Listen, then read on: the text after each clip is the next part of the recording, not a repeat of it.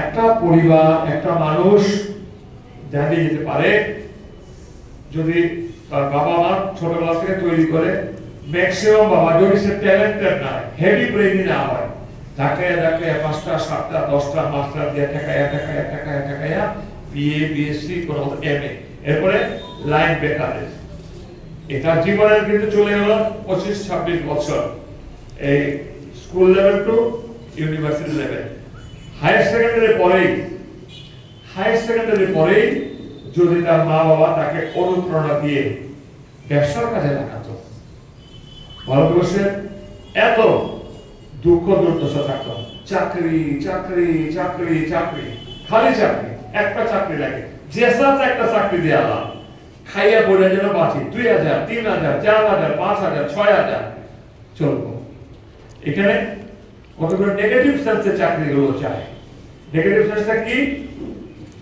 পার্টির লাইনে থাকতে পারি, কি বেকার কাজ করবো, আইমু টাকা দিব, মাইনা পাইব। এই যে একটা সিস্টেম তৈরি হয়ে গেছে সারা ভারতবর্ষে, সার্ভিস কম, কিন্তু এরাই যদি ব্যবসায়িক মনোবৃত্তি নিয়ে তৈরি হতো, তাহলে গুজরাটিকে তার সাথে কেউ অনুসন্ধানও করে না, কেউ খোঁজ খবর করে না। গুজরাটি, মারোয়ারি, আচ্ছা এখানকার যে মারোয়ারি ব্যবসায়ী আছে কবে এসছে মারোয়ারি ব্যবসায়ী বলতে পারবেন? আমি যখন খুব ছোট তখন তাদেরকে দেখেছি, তার মানে আজকে 50-60-70 বছর আগে এখানে এসছে, বাইরে রাজস্থান ব্যবসা করতে। আমাদের কোনো বাঙালি যাবে না, ব্যবসায়িক মনোবৃত্তি নাই, বেতন পাবো গুছায় গাছায় চলো, এটাই আমার নিজের ইচ্ছায় ব্যবসা করবো। এবার আমরা আসি ফিশারি ডিপার্টমেন্টে, একজন মহিলা একজন পুরুষ সরকার অনেক সুযোগ দিচ্ছে। আমি তো আমরা জানি না যে বায়োফ্লক্স, তুই একটা জায়গায় গেছি, বায়োফ্লক্সের মধ্যে মৎস্য উৎপাদন করা যায়, তার জন্য যে কোনো ক্ষেত্রে তার জন্য ধৈর্য। এবং আজকাল প্রত্যেকটি এই বিভিন্ন ব্যবসার সঙ্গে সঙ্গে ডিপার্টমেন্ট হেল্প করে বলেই এটা প্রাণী সম্পদ বিকাশ দপ্তর, গরু বাছুর হাঁস মুরগি ছাগল ডিপার্টমেন্ট হেল্প করবে, ফিশারি মৎস্য সম্পর্কে হেল্প করবে।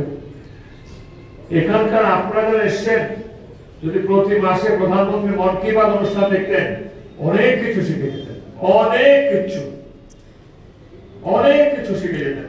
আগ্রহ নাই, আমার কথায় অপরাধ নেবেন না কেউ, রাগ করবেন না কেউ।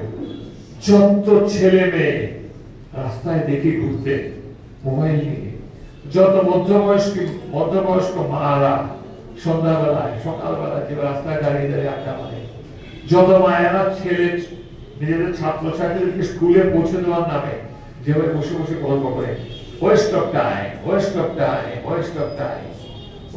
টাইম চলে যাচ্ছে।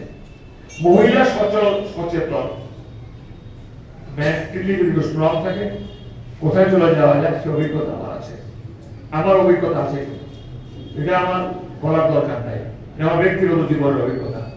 গুজরাটের কথা বলছিলাম,